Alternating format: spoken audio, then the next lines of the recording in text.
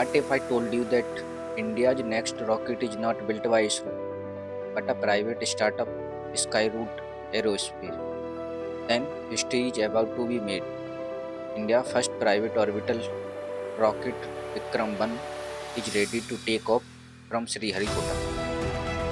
So this is one of the biggest science and technology development of 2026, and every UPSC aspirant should know about it.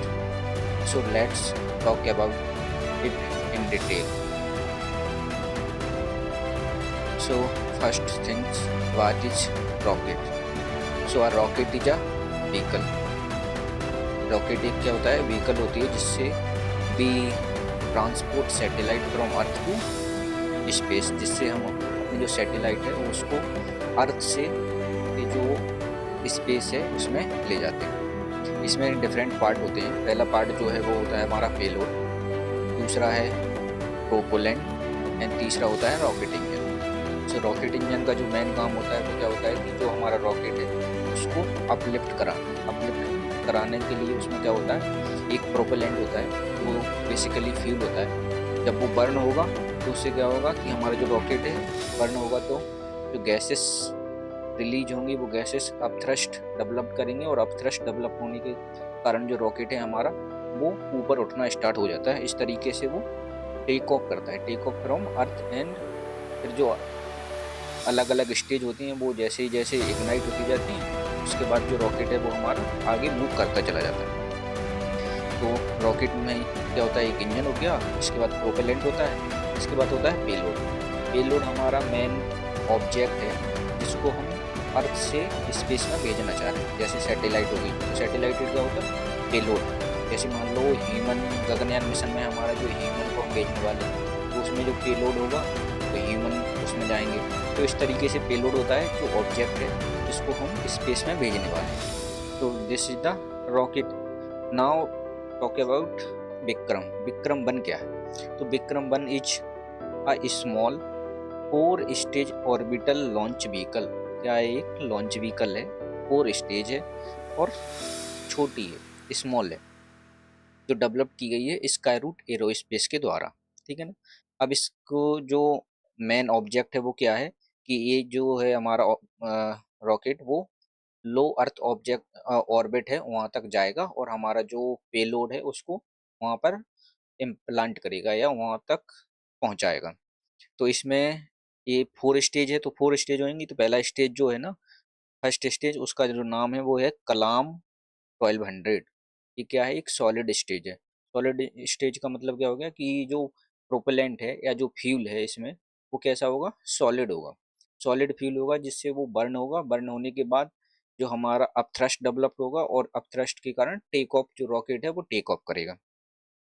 फिर दूसरी stage वो भी solid है इसमें, जिसका नाम है कलाम 250 सॉलिड स्टेज। इसमें क्या होता है, जब फर्स्ट स्टेज जो है वो कंप्लीट हो जाती है, टेक ऑफ हमारा रॉकेट हो जाता है, उसके बाद we ignite second stage. Second stage को जैसे ही हम इग्नाइट करते हैं तो वो सेकंड स्टेज जो है वो रॉकेट को अपथ्रस्ट डेवलप करती है, और उसके कारण जो रॉकेट है वो और ऊपर जो है ना और आगे बढ़ना स्टार्ट कर देता है। इसके बाद है थर्ड स्टेज। थर्ड स्टेज कब इग्नाइट होती है? जब सेकंड स्टेज की बर्निंग खत्म हो जाती है। सेकंड स्टेज जो है वो पूरा खत्म हो गया, उसके बाद थर्ड स्टेज स्टार्ट होगा। थर्ड स्टेज में क्या करेंगे हम, फिर से ये सॉलिड स्टेज है तो थर्ड स्टेज को इग्नाइट करेंगे जिससे अब थ्रस्ट डेवलप होगा और ये रॉकेट है हमारा और आगे बढ़ना स्टार्ट करेगा।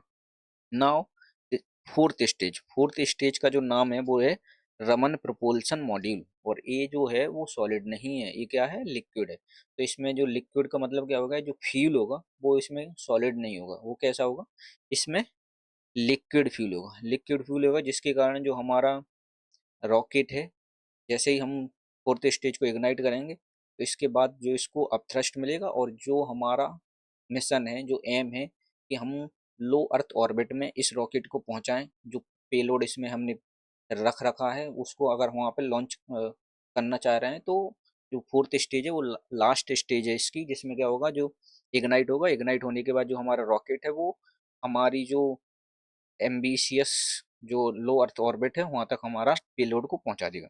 इस तरीके से ये 4 स्टेज हो गया डेवलप। जैसे मैंने बताया, ये Skyroot Skyroot Aerospace ने किया है, ठीक है ना। और it is a first privately developed rocket engine in India, and it is going to be launched from Sriharikota within 2-3 days.